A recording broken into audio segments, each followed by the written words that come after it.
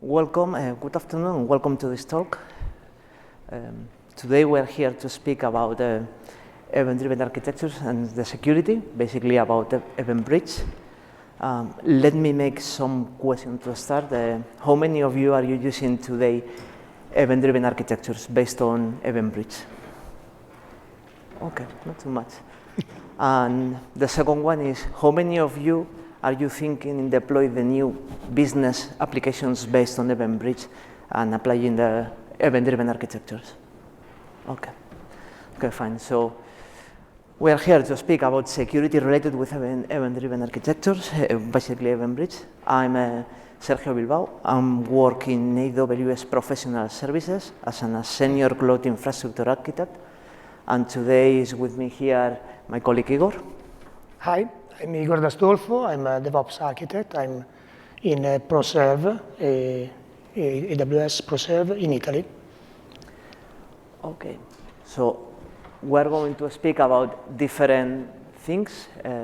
The first one is a short introduction about what are the benefits of event-driven architectures, asynchronous architectures. Then we are going to use a history of a specific company, fictional company called Nobel and Mer to show you their journey from synchronous to asynchronous and some security issues. And at the end, we are going to say or to share with you some takeaways and some recommendations in terms of security for Event Bridge. Okay, so why asynchronous?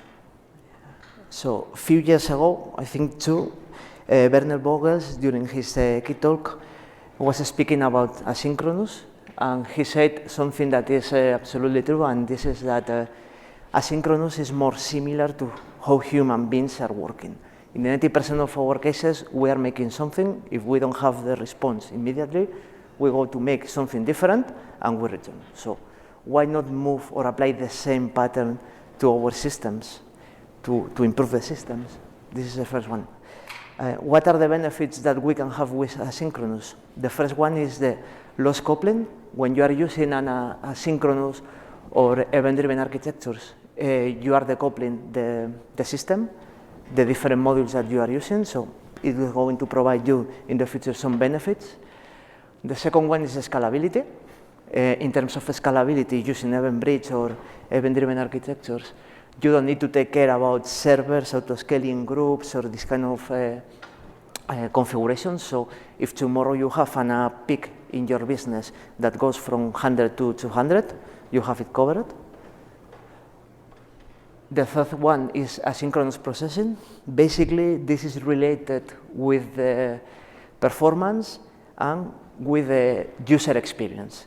Using the synchronous processing, the user experience is much better than when you are using synchronous, in which if the user is, for example, requesting to create a report, and to make the report you need 5 minutes, the user needs to be in front of the monitor 5 minutes. So using this kind of things, the experience of the user are much better. The fourth is event sourcing. When you are using this, you don't need to ask the remote systems what is the status.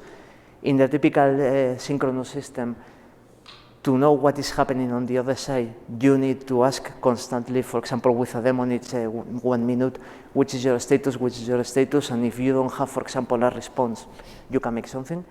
Here, everything is based on events, so if the other system has a specific problem and writes an event, you can react in a specific way or the way that you need to specific events. And another one is flexibility. We're speaking basically that here, if tomorrow you need to update your module, you can move one, put the new one, and will work. You don't need to change all the application. In the typical synchronous systems, your problem is that you have the same version of APIs on both sides, and usually when you are changing one of the APIs on one side, you need also to change the rest of the application. So in terms of time to market for the applications or new versions, it's worse than the asynchronous. Okay, so for today, we have the example of a company called nobelandmer.com. Nobelandmer.com is a company that works as an e-commerce. They are selling luxury items. They have a standard system deployed. that at this moment is covering the requirements, but the business has started to grow up. They are starting to sell more and more items, and they cannot afford all the peaks of traffic and buys that they have, so they are affecting their business. They are losing money at the end. So they took the decision to go from the current version to a new version that is based on the asynchronous, using the event bridge. Okay. The evolution to the synchronous that they are going to use is, first of all, they have this architecture.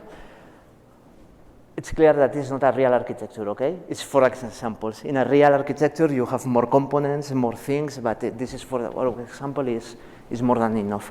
So the user is using Navigator. With the Navigator, you are, for example, buying a specific item, and internally you need to call different options that needs to be done, like, for example, maybe the payment, maybe send a notification, everything that you need in synchronous. And they will move to an asynchronous architecture that is based on event bridge. So in this architecture, they are going to use an API gateway in front for the request from the user. This API gateway will create the events that are required for the different possibilities that you have in the event bridge, and using event bridge, we are going to route the events to the different options that you need. For example, to sell item, to remove from the warehouse, everything that you need. Okay. And now I'm going to give the control to my colleague Igor, that he's going to explain you a little bit in advance all the code that we have today to execute everything and create the company. Yeah. So the fictional project that we have just seen, the architecture is being created with the infrastructure as code and the Python for the lambdas. So basically, the project is split into different modules so that this will ease the manageability of the components and the evolution. So we have the event bridge, that is the core component of the entire asynchronous application. We have a producer that is a lambda exposed by API gateway that will put events into the event bridge. And event bridge has a rule that intercepts events and sends them to an SQS queue. And the consumer is the other lambda that is triggered every time a message comes to the SQS queue. And so it consumes the messages and do whatever the lambda needs to do to work on the order. We have also a monitoring dashboard that we will see in a moment that will show synthetic data about the system, and also a config custom rule that we will see in the last part of the session. The code is basic, as I said, is basically infrastructure as code for what concern all the resources provisioned, split in modules that are usable components where you put all your configuration logic, and deployments that they use these modules to create actual configurations, passing relevant information that you need to specify the context of the application. So this can be used obviously for dev environment, QA, and prod. The lambdas are in another folder in the source, and they are checked out every time you publish with Terraform, and they are written in Python. There are different versions. We will see then what it means.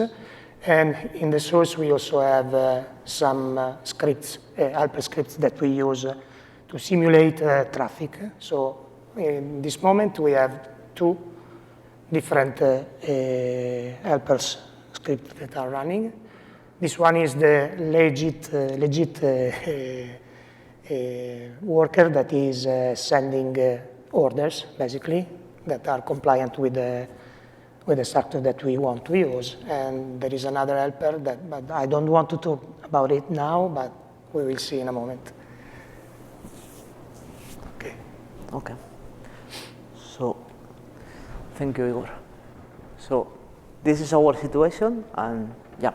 So, Development makes the first version of the application, okay, version 1.0, and they deploy it. And yeah, as always, it's the most secure and incredible application in the history of the new technologies. But as you can imagine, no.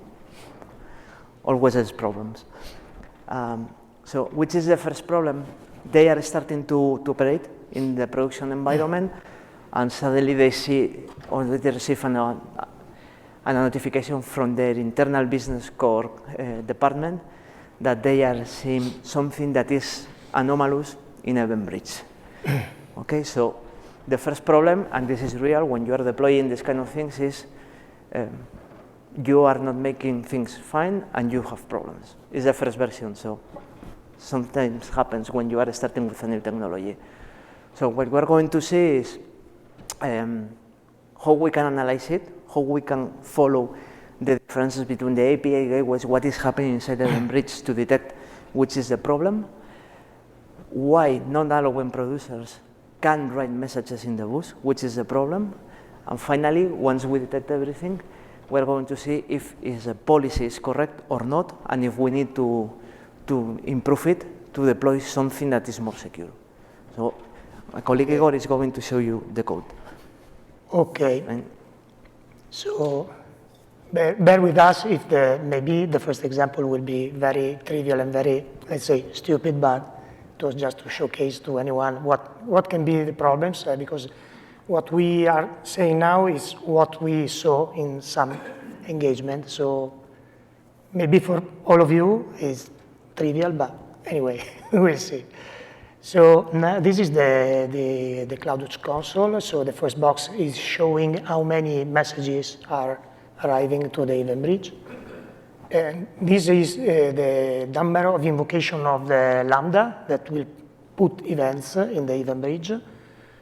Or you are already seeing that there is a great mismatch in the number of invocation of this Lambda and the number of events coming here. So the problem is that in our scenario, the only one that should put events in the event bridge would be this Lambda. So why we are seeing this mismatch? And you can also see that those messages are arriving to the other Lambda that is trying to manage those events, and some of them are generating errors, and they are going to the DLQ queue. You can also see here from the number of errors that are rising up. So basically, as I said, it's a very trivial configuration. I just want to, I forgot to say that the scenario is supposed to work in a multi-account strategy. So basically, maybe all of you or many of you already know what is a multi-account strategy. I just want to explain a little. So basically, as a best practice, we advise to create different accounts for different domains because these improve the reliability of overall systems. It gives you the ability to improve your security posture, and it gives you also the possibility to define different operating model for each of the components. If, for example, you have different teams working to different components, you don't want to mix everything together in a single account, and so the option is to use different accounts. In this scenario, for example, the event bridge will be in a separate account, and also the checkout Lambda and the order Lambda are in two different accounts as well. And this is why I'm saying this, because you will see in a moment what is the very trivial problem. Maybe some of you can point out what is the issue with this policy.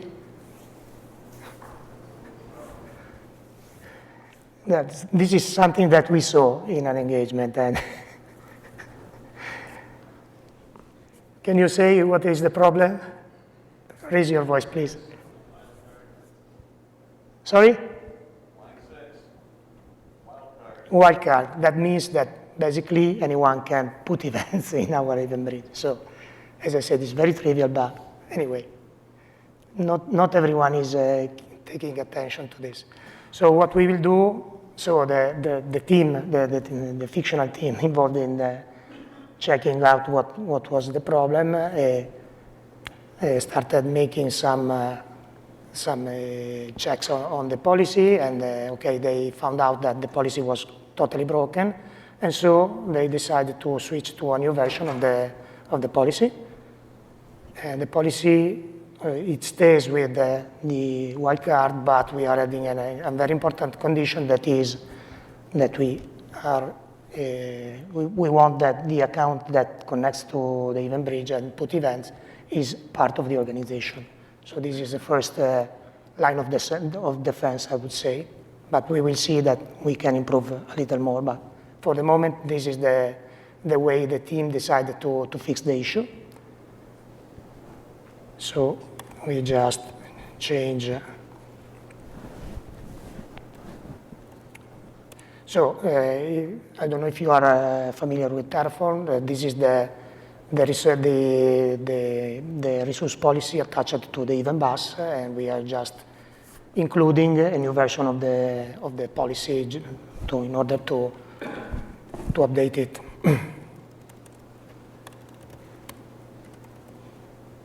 Okay, so now we approve it.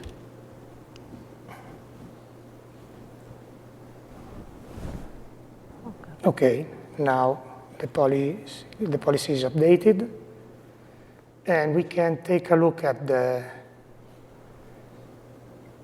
this task that it was running in background, that it was sending random events to the event bridge.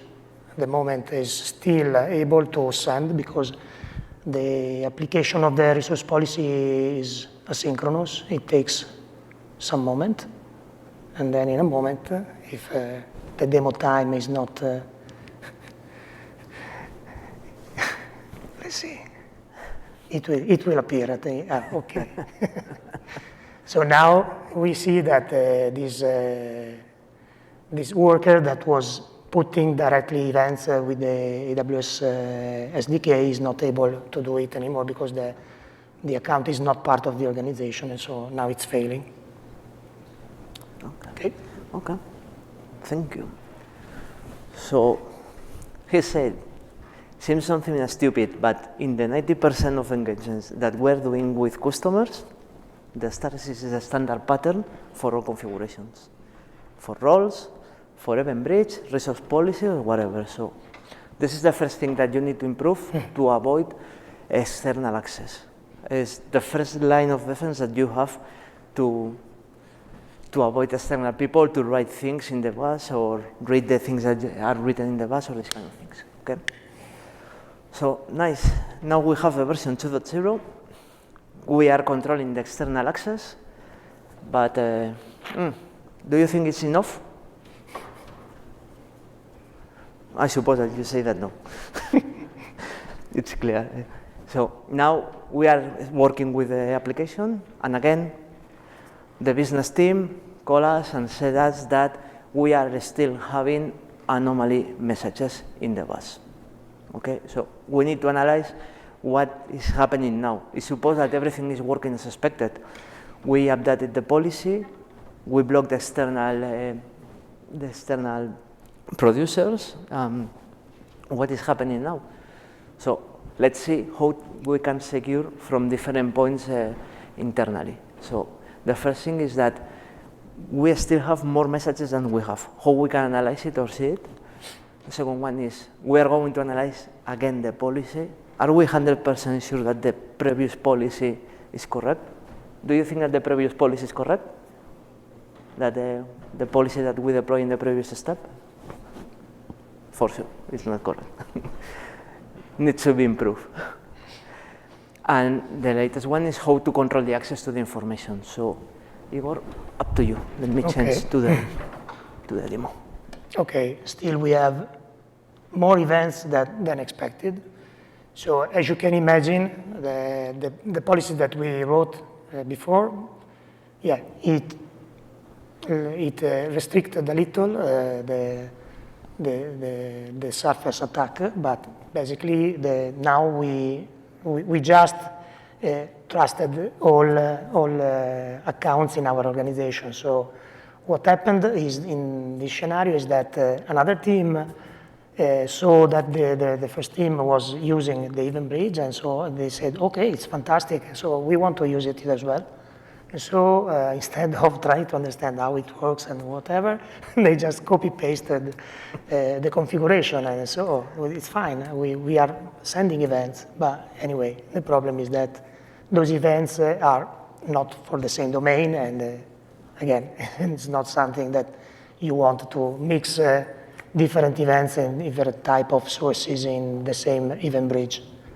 So basically, we are, the team was investigating, and they find out also another problem in the configuration of the event bridge, that is basically the rule. So here we have the rule that basically gets all the events and forward them to the SQS queue.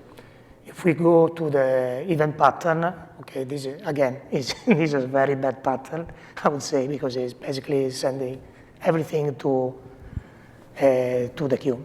So, but it's not completely useless, this kind of pattern. We can talk later. We don't have now the demo, but this is something, for example, that can be used to store all the events that pass in the event bridge for further analysis, to auditing purposes. So it's not something that is completely useless, this kind of pattern, but for our use case, for sure, no, it's not the best choice. Because basically, extraneous events are going to the SQS, and the Lambda is called for no reason for events that are not the right. So what we can do is to, again, to improve the policy like this. So instead of using the principal wildcard and the condition on the organization, we demand that the principal is a specific IAM role. In this case, it will be an IAM role in another account, but that's fine for our purposes. And we are also putting an additional condition on the content of the events itself. So there is event source, and we want that the source is like this, e-commerce orders. So there are lots of conditions that are available for resource policy for event bridge. I suggest you to take a look at the documentation if you haven't done before. And they give you powerful option to restrict the more possible the access to the event bridge, depending also on the content of the event itself. And the other thing that we are fixing is the rule itself, because again, this was a very bad rule, I would say. And so the event pattern becomes something like this. And in this case, we are demanding that the source is e-commerce orders, and that the detail type is something among these three different options. So basically here we are also enforcing message integrity, basically. So now we can apply again our, I forgot to save the file. It's very important to save the file, I would say.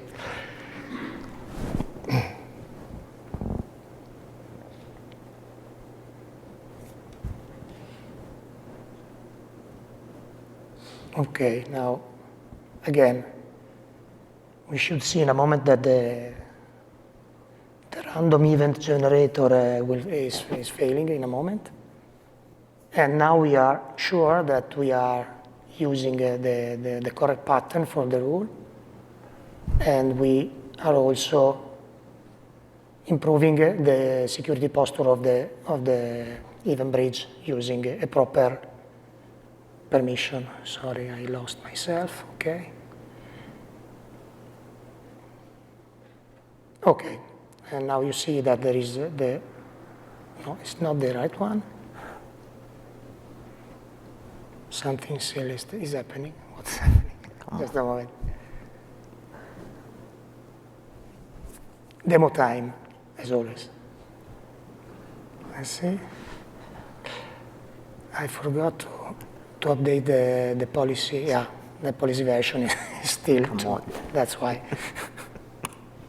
I mean, It's in the takeaways at the end, but I will answer right now. If you have very strict security requirements and you need to isolate all the applications, always custom. Default bus, we only use it for specific buses or applications in which security is not, let's say, a requirement. I mean, imagine the typical example in which you are going to write a specific log with no sensitive information or with any kind of information that is important. You can use it. But for the rest, our recommendation in terms of security is custom with very strict security requirements to isolate all the applications, the buses, producers, and consumers. Yeah, let me add instead for the application standpoint that having just a bus for all the messages of all the application that requires more effort in managing all the events that, so in the end, if you have, I don't know, 10 applications that are writing to the default bus, and then you have 10 rules, you must be very careful when you change something in the rule because you can impact some other flow. So the ideal situation is to have an event bus for each domain, for each application domain, because you can manage easily all the events that are going to the event bus. And moreover, you can scale better because you can, when you are adding new domains or new flows, your point of intervention is small, and the blast radius, if something goes wrong, is just for that specific workflow. Otherwise, if you are messing around with the default event bridge and you do something stupid, let's say, you can impact everything. So that's why we suggest to use custom event bridge bus. Okay. Thank you for your question. It was a good one. Yep. Okay. Let's go. Okay. So now just to see. Okay, the event is stopped. Okay. So. Oh, sorry. The PowerPoint. Okay, so now we are controlling the external access. We are controlling the internal access only to the specific producers and consumers that we need to allow the access to the bus. But seems that everything is working in the new version. But do you think that we still have problems or everything has solved? What do you think? That can happen with the current configuration in which we improve the policy, we improve the roles, everything has been solved. There's still some specific issues that can be detected in Event Bridge. Okay, let me explain. The next one is that the problem with the message integrity. Imagine this, you have a bus, I'm writing events or messages, but what happens, maybe one person is going to write a message in which is going to use only, for example, name and surname, another one is going to write something that is import a number of items or these kind of things. So this is something that can cause a problem in terms of security. Okay, so we need also to manage the message integrity using some specific event bridge capabilities that we have. So in this example, what we're going to do is for the message activity, why we have discarded messages. When you have problems with the standardization of the messages, what you see is that you are discarding a lot of messages. Why are appearing messages that are not standard, and how we can avoid it, which is the most important part of all of this. So, Igor, up to you. Okay. So whenever you have a synchronous application and you have maybe different teams, one that is producing an event, another one that is consuming that event, you need to find an agreement between those two applications because you want to make sure that the events are in the format that is expected to be consumed, and you want to make sure that the data that is serialized in the event is then deserialized correctly by the consumer.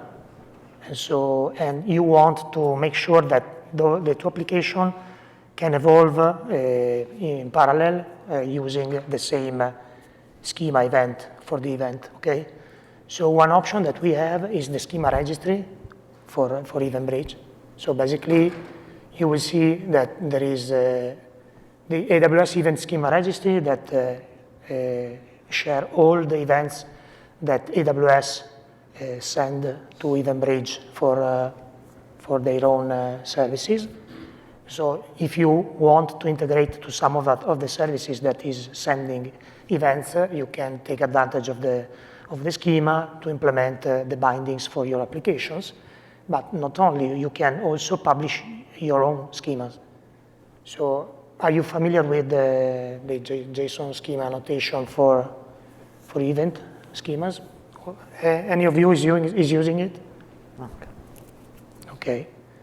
So basically, this is a format that allows you to express, to describe the event in terms of number of name of the fields, types. You can implement also some kind of validation of the specific types that you have. And this allows you to, again, to publish an information that is useful not only for the consumer, but also for the producer. So basically what we do is that we can create those events, making sure that those events are completely compliant with the standard that is defined in the schema.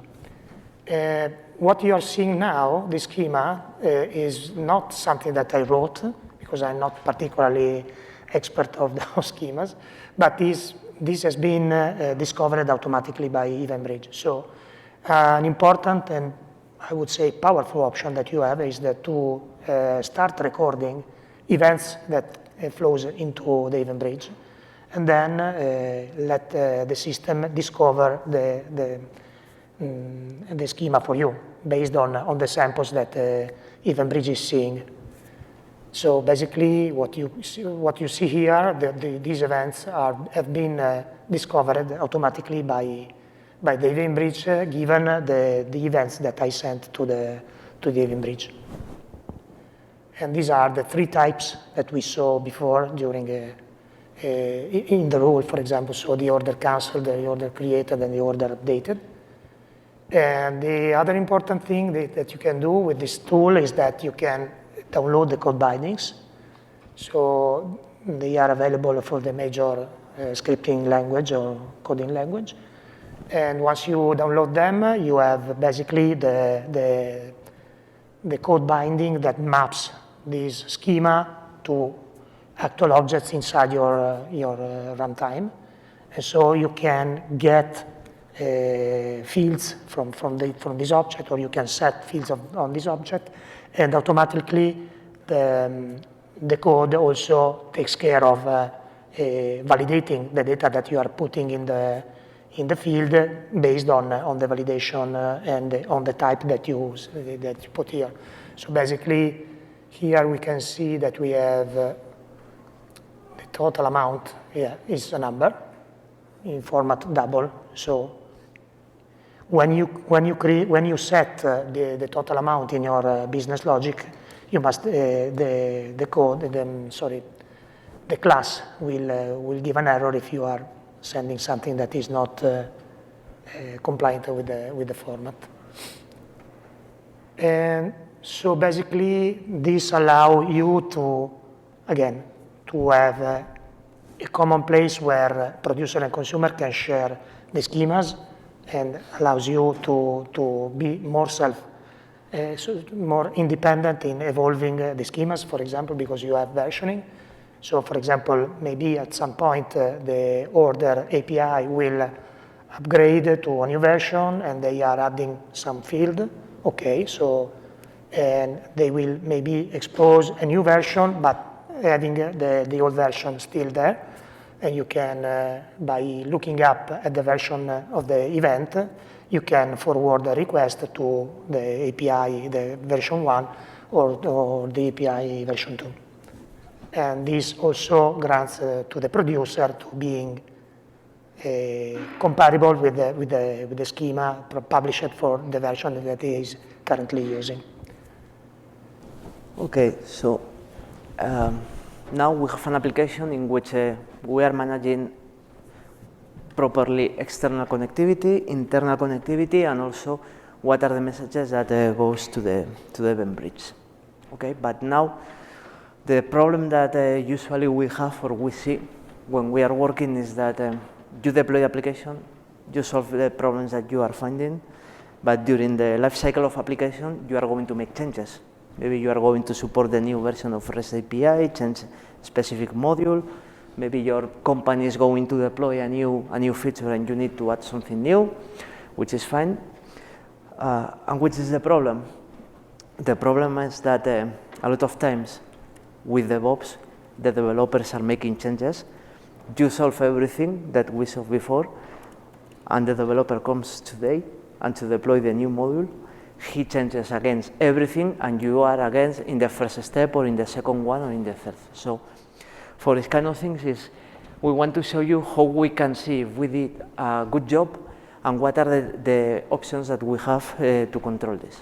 For example, how we can detect anomalies, something that is important. You can put, based on some specific AWS technologies, specific rules to notify you when something strange is happening in your bus. And second one is that if someone is changing policies or making a change, how we can detect it and receive a notification or see that, for example, someone is changing the resource policy attached to the event bridge. Up to you. Okay, so basically what we can do to implement this kind of feature is config. So basically config is a service, very important service in AWS that records any resource created or updated or deleted. So you can track the life cycle of the resource. Here, for example, you can see here this resource. Here you can see the configuration of the bus. You can see the configuration item for the bus. So basically you are seeing all the parameters that have been set to create that bus. Here you will also see, for example, the policy that we set before. Now, let's see if it works. I restored the first version, the very insecure version of the policy, because I wanted, okay, yeah, it works. I wanted to showcase the check. So basically what we are doing here, we have implemented a custom rule. So we have to be honest, two rules. One is an AWS managed rule, so that is provided directly by AWS. So you can, okay, if you add a new rule, you have a catalog of rules related to the various services. So for example, now if we go to Event Bridge, we can see that we have available two rules. One that detects if the Event Bridge doesn't have a resource policy, and the other one is for the schema registry, again, for having it with a resource policy attached. And we also created another policy, a custom one, that is using a Lambda to check specific properties of the Event Bridge. So there is a rule language that you can use to implement some checks directly without having to code anything. But for this specific use case, the rule is not powerful enough to check what we want to check, and so we implemented a custom script written, again, in Python. And what we want to do to check is that, as we saw, we want that the resource policy attached to the Event Bridge as a rule attached to it as principal, and it must have also a condition based on the event source. Regardless of the value, we want that in any case the policy put this kind of check in the policy. And so we can take a look briefly to the code. So the most part of this code is, let's say, is for implementing a proper rule checker. What we want to take a look at is this one. Okay, so basically the rule is triggered every time the resource is changed. Okay, and so what it happens is that the event of the change is sent to the Lambda, and the Lambda does its job of getting the event and parsing it, and at some point it will forward to this function that validates the policy compliance. And so what it happens that it fetches for the AWS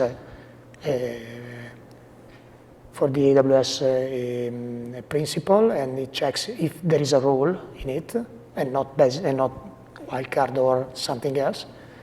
It's mandating that you use a role, and then it checks for the event source in the conditions in order to make sure that also this requirement is met. If everything is okay, it will give back to config the answer that the resource is compliant. Otherwise, it will say, no, it's not compliant. As you can see now, it's non-compliant because as I said, I restored the bad policy version. So now we can update. Yeah, I don't know if we will see immediately because it takes a while, because basically as we always say, the word is asynchronous and config is totally asynchronous, so it takes some moment, but in the end you will see that the resource will be compliant again. Upon these events of non-compliancy, you can attach obviously SNS events. You can do basically all the usual things that you can do in these cases. Okay, let's see if it returns compliant. It needs more time. Yeah, it takes a while. 2 or 3 minutes usually. Yeah, an important thing is that even if you are not using a multi-account strategy, so everything is in account, and in that case, the resource policy won't be necessary to work, because resource policy is the only way that you can use to allow an external account to interact with your resources.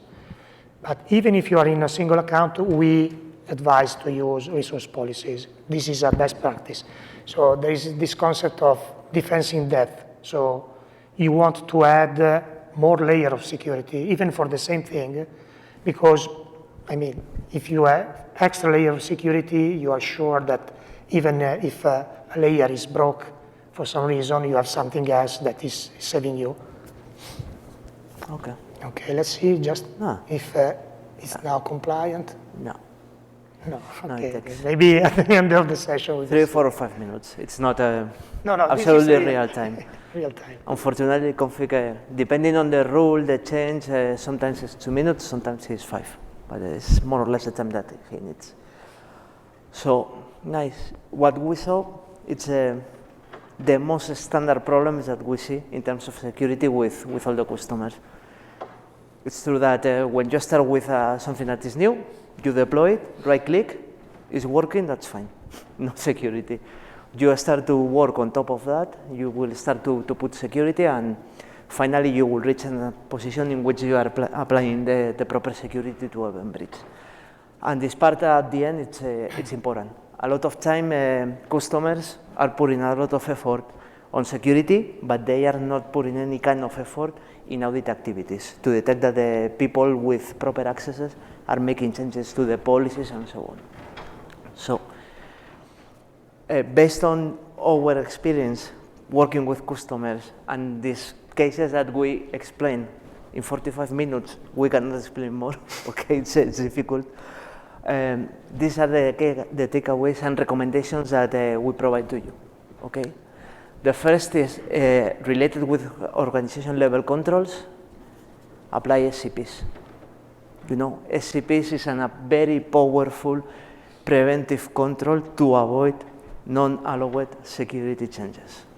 So, for example, if you are not using multi-account buses, with SCPs you can block it. So, take into account SCPs to provide security. Then, in terms of a general AWS, if you are using AWS organizations that we recommend, I suppose that you are working in big companies and you are not deploying standalone accounts, you are using organizations.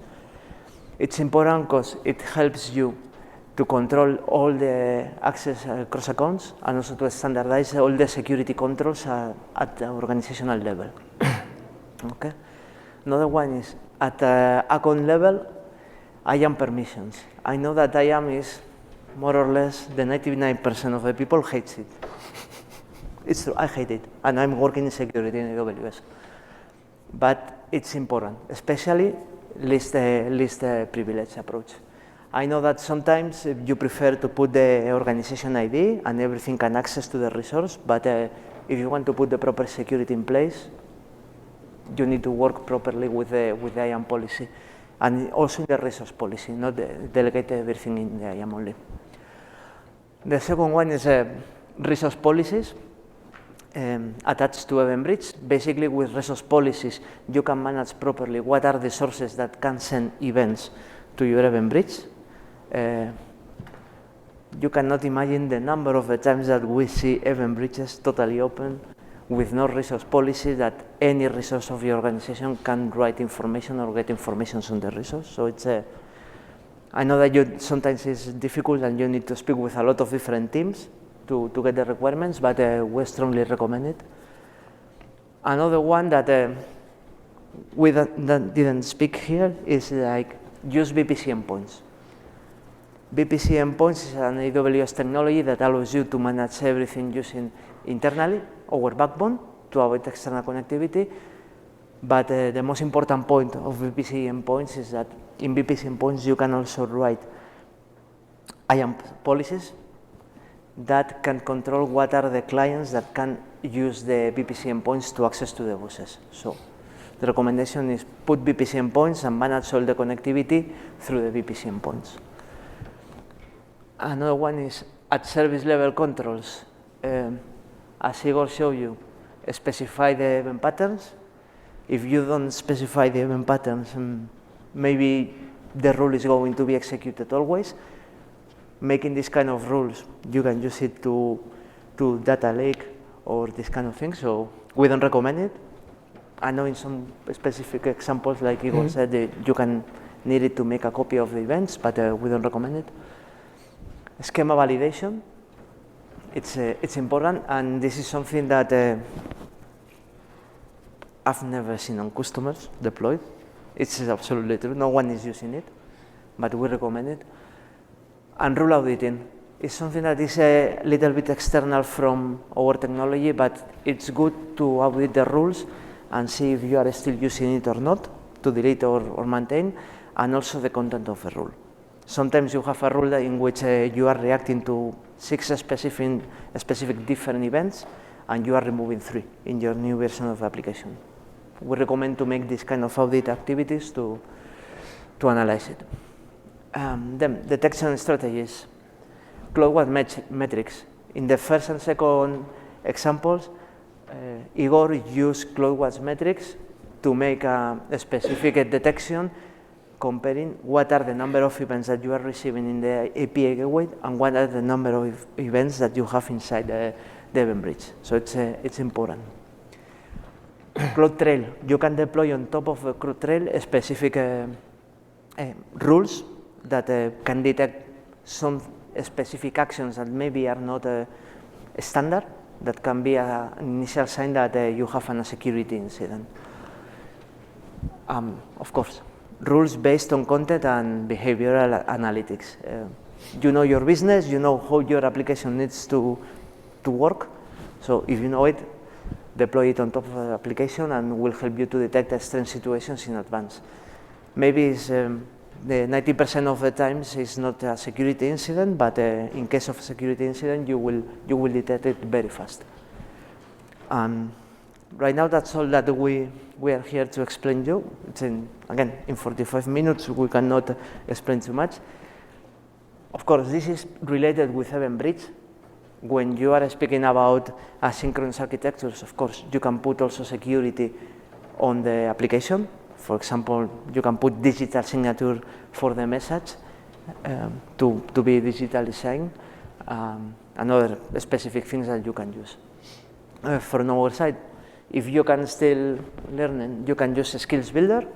You know that in some cases, well, in a lot of cases, You have a skills builder, free trainings and free labs that you can use to test and to learn new things.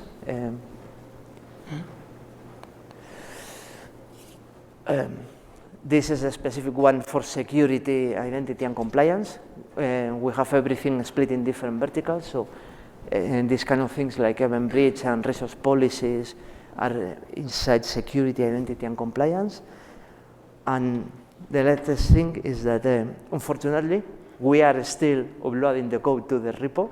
We cannot share with you the repository to allow you to download the code. But you have here our contacts. He's Igor, I'm Sergio. This is our LinkedIn contact. So if you have any doubt, you want to contact with us or anything that you need, don't hesitate to add us and send us an email or what you want. And yeah, from our side, it's all. So only to give you thanks for coming here today.